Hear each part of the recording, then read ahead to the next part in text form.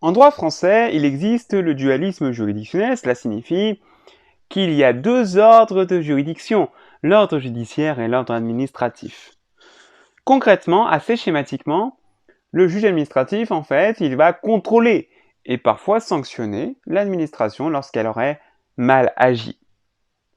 Devant le juge administratif, il y a 4 types de recours qui peuvent être exercés devant lui. C'est la fameuse classification d'Édouard Laferrière. On a tout d'abord le contentieux de pleine juridiction, on a ensuite le contentieux de l'interprétation et de l'appréciation dans l'égalité, on a aussi le contentieux de la répression, mais on a surtout le contentieux de l'annulation, représenté par le recours pour excès de pouvoir. D'ailleurs, petite parenthèse, si tu as envie d'avoir des informations sur ces autres voies de recours, je te renvoie à mes vidéos faites sur les recours contentieux. Alors, qu'est-ce que le recours pour excès de pouvoir? Le recours pour excès de pouvoir, c'est l'action contentieuse la plus réputée, la plus connue. C'est un recours par lequel une personne, qu'on appelle le requérant c'est celui qui dépose une requête, recours par lequel une personne va demander au juge administratif de vérifier la légalité d'un acte administratif unilatéral pour éventuellement en prononcer l'annulation.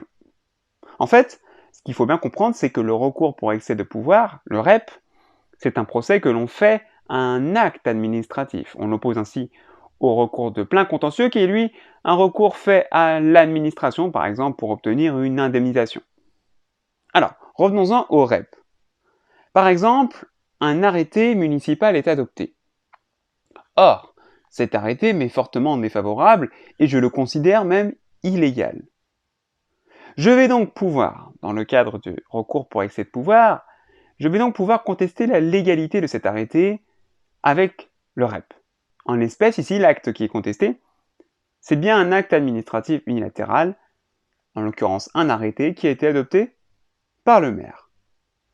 Par conséquent, le juge administratif devra dire si oui ou non l'arrêté est légal, conforme à la loi.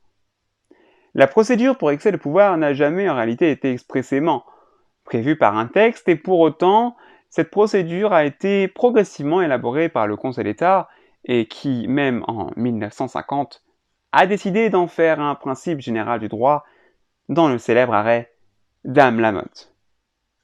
Ce qu'il faut bien comprendre, c'est aussi que le recours pour excès de pouvoir, c'est une procédure relativement facile à mettre en œuvre. En premier lieu, pour saisir la juridiction administrative, c'est très simple. Il suffit d'une simple lettre. Dans cette lettre, le requérant, celui qui va déposer cette requête, doit indiquer son nom, ses prénoms, ses différentes coordonnées, la décision qu'il attaque, et surtout, il doit indiquer les raisons, les moyens, les arguments qui, selon lui, justifient son recours et qui, selon lui, justifient l'annulation de la décision qu'il attaque. En second lieu, dans le cadre d'un REP, le ministère d'avocat n'est pas obligatoire concrètement, cela veut dire qu'un requérant peut agir seul pour demander l'annulation d'un acte. Le délai du recours pour excès de pouvoir, c'est en principe de 2 mois à compter de la publication de la décision ou de la notification de l'acte attaqué.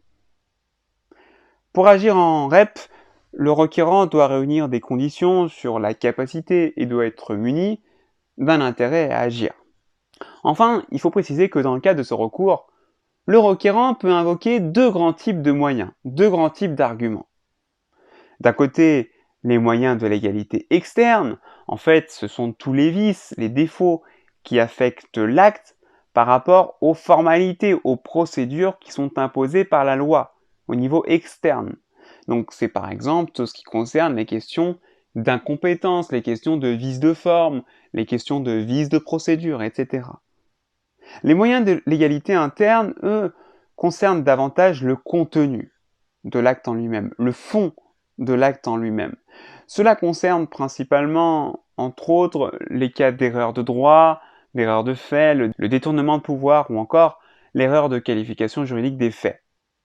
Enfin, si le juge estime que l'acte est contraire à la légalité interne et ou à la légalité externe, le juge peut annuler l'acte litigieux. L'acte sera alors en principe réputé ne jamais avoir existé et donc en principe l'acte disparaîtra de manière rétroactive.